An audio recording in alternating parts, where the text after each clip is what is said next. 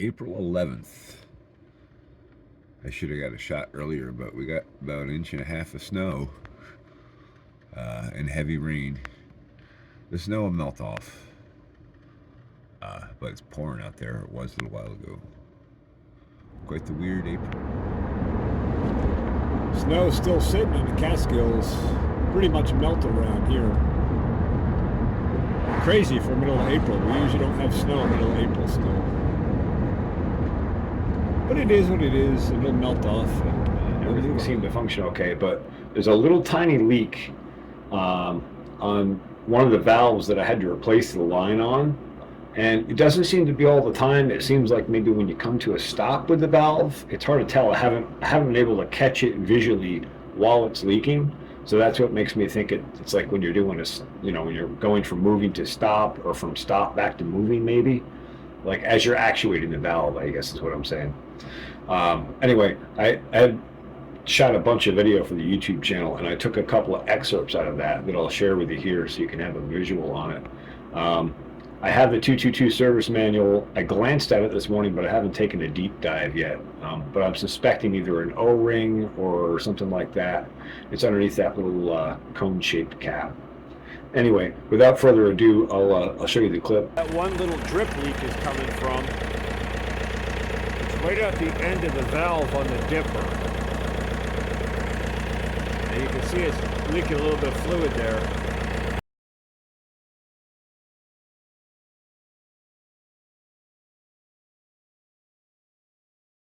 Not terrible, but we don't want to be leaking fluid. So I'm going to have to look that up in the 222 service manual and see what I can find about that. Well, I opted for some exploratory surgery. So I unbolted the cap and disconnected the valve linkage, and I pulled the whole valve assembly out. And I found that this rubber O-ring on this sleeve right here was actually down off of the sleeve. So I think that might be the issue with that valve leaking. So I'm going to reassemble it today, and we'll try it and we'll see. And if that fixes that, then great. If not, then I'll have to take it back apart again. But I feel a lot more comfortable about it now, having taken it apart. And I was concerned as I was taking this retainer bolt off that holds the spring in place about the spring taking off on me. And sure enough, I kept my hand in front of it so I could catch it. But sure enough, it plinged off of there, and I just happened to catch the bolt and the spring both in my hand.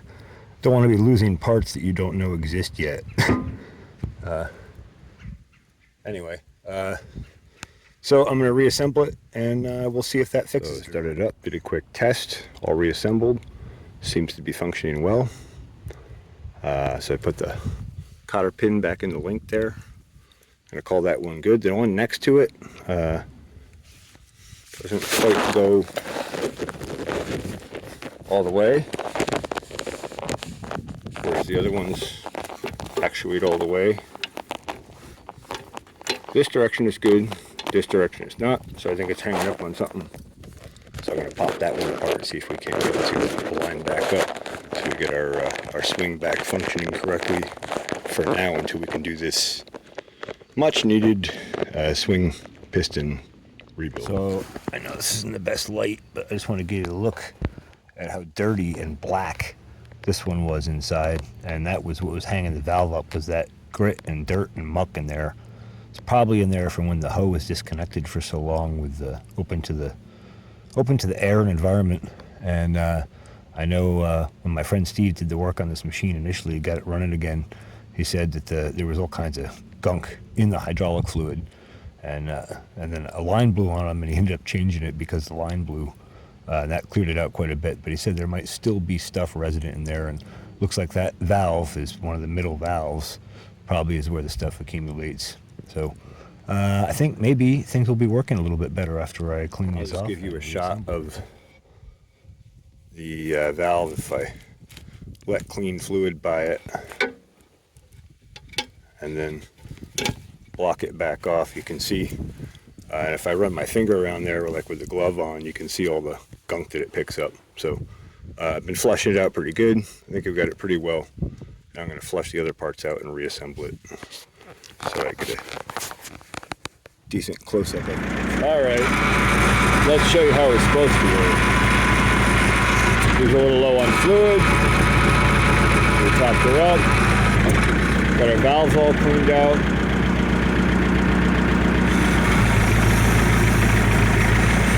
Yeah, actuating nice and smooth. Moving with the same power and speed in all directions.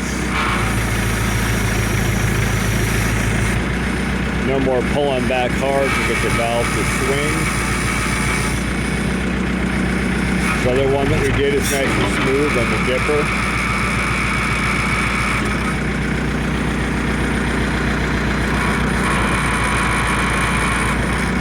Bucket's solid.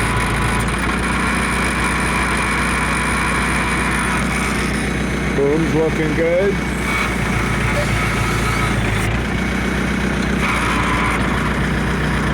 Yes, sir, that's how she's supposed to work. Not gonna do that rebuild on that swing piston, but we'll get to it. Well, nice to finally see the sun making its way back out from under the clouds. It's cloudy most of the day, but last couple hours, a little bit of sun. 50 something degrees out today, 56 I think it was supposed to go up to. Got the Massey Ferguson all fixed up for now, so that's nice.